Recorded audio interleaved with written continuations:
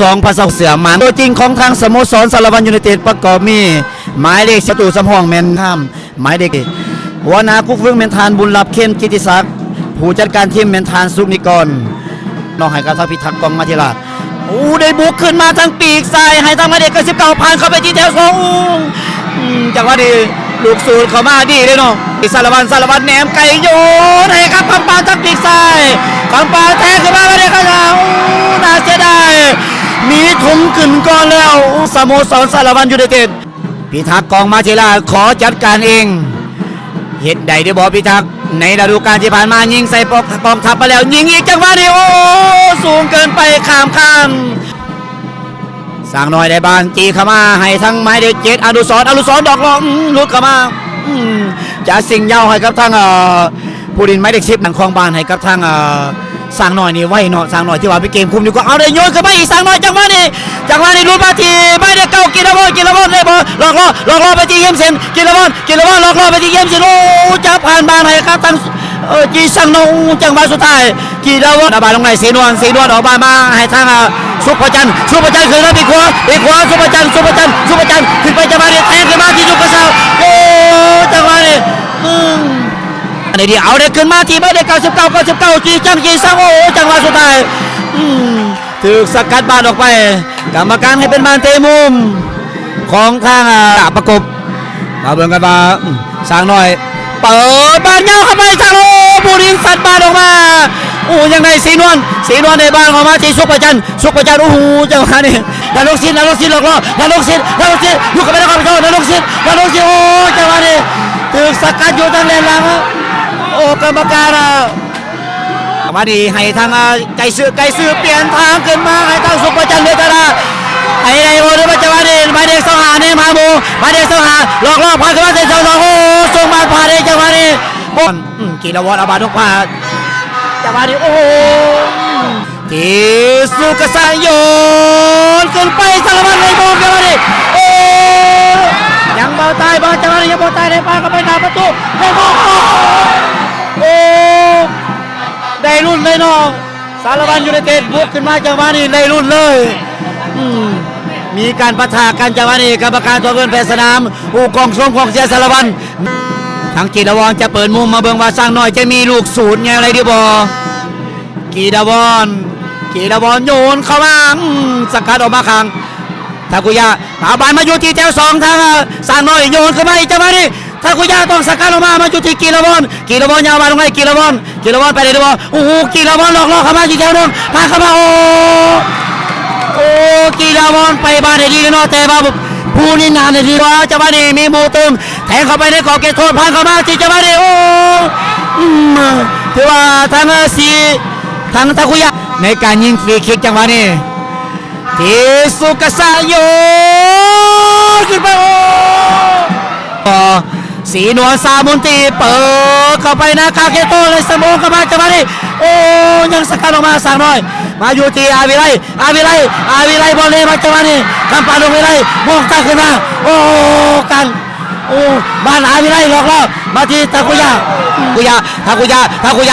แต่ไปมี2คนทาคุยะโอ้เปิดบ้านจังหวะเอ้าบ้านจังหวะนี้เรียบร้อยโกโอ้สารวัตรยูไนเต็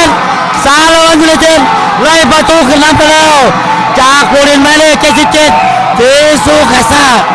โอ้จังหวะตอนนี้สารวัตรยูไนเต็ด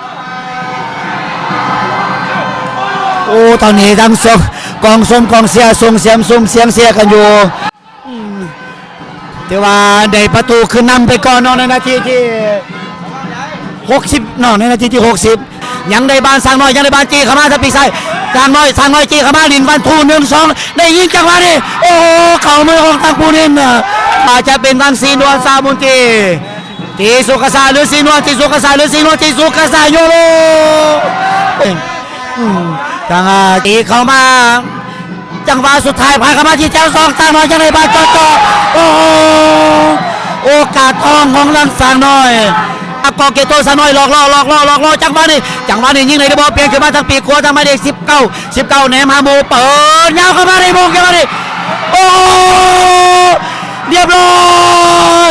โกสร้างน้อยได้ประตูที่เสมอแล้วเนาะตอนนี้เนาะสร้างน้อยได้ประตูที่เสมอจากมาเบิ่งว่าจากผู้ดินไม้เด็กไหนเนาะน่าจะเป็นทางผู้ดินไม้เด็ก10น่าจะเป็นผู้ดินไม้เด็ก10มาเบิ่งขึ้นจากว่าผาสายจากบ้านนี้อนุสรณ์โยนยาวขึ้นมาเอาบานุเข้ามาในกรอบเขตโทษแล้วจังหวะนี้กีดาวอนผ่านเข้ามาโอ้จังหวะนี้น่าเสียดายเนาะโอ้ลูกสุดสวยขวายังในบ้านจังหวะนี้ไปได้หรือบ่เอาลองคำมาทางไหนไปเอาส่งมาพิพาทจังหวะนี้โชชิเอาของมาที่สุกษาแทงบางให้สุภาจันทร์เหลือทะละโอ้บางโอ้คิดดีอันนี้เนาะที่สุกษาจะสุดทางปีกซ้ายสารวัตรยูไนเต็ดคำปานในบอลคำปานโอ้โหถึงสกัดบานออกจังหวะนี้เบิงกะจีบานฟรีคิกจังหวะนี้ของทางสโมสรสร้างน้อยจากกาดำก่อนเยอะเปิดเข้ามากูนี่ส่งเข้ามาจังหวะนี้บานจะกลับโอ้เรียบร้อยโอ้กรรมการให้เป็นบ้านฟาวในบ้านสร้างน้อยได้บุกขึ้นมาทางปีกซ้ายเข้าไปในกรอบเขตโทษสร้างน้อยเป๊ะจังหวะนี้เรียบร้อยโกสร้างน้อยได้ประตูขึ้นนำสารวัตรยูไนเต็ดเป็น2ประตูต่อ1จากบุรีรัมย์หมายเลข8พุทธลวีพรหมสารโอ้ถือว่าในนาทีที่87ยังเหลือเพียงแค่3นาทีเท่านั้นที่ของทางสร้างน้อยบอลอยู่เนาะถือบุกอยู่ในช่วงท้ายเกมถือว่าการประสานงานของทางสร้างน้อยนี่ถือว่าเฮ็ดได้ดีเนาะไปจังหวะนี้ยังไม่สร้างน้อ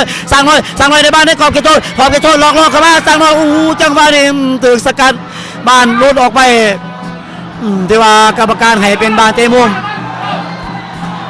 ที่ว่ากรรมการบอกว่าเป็นบ้านพุ่งร่วมของตั้งบุรินไม้เด็ก90เนาะทั้งจีซ่องเนาะที่ว่าเอาดินบ้านตะสันอยู่ที่มุมกรรมการเป่าบังเวียนยาวจบเวลาการแข่งขันนะสโมสรสร้างน้อยเอาชนะสโมสรสารวัตรยูไนเต็ดไปด้วยสกอร์2 ประตู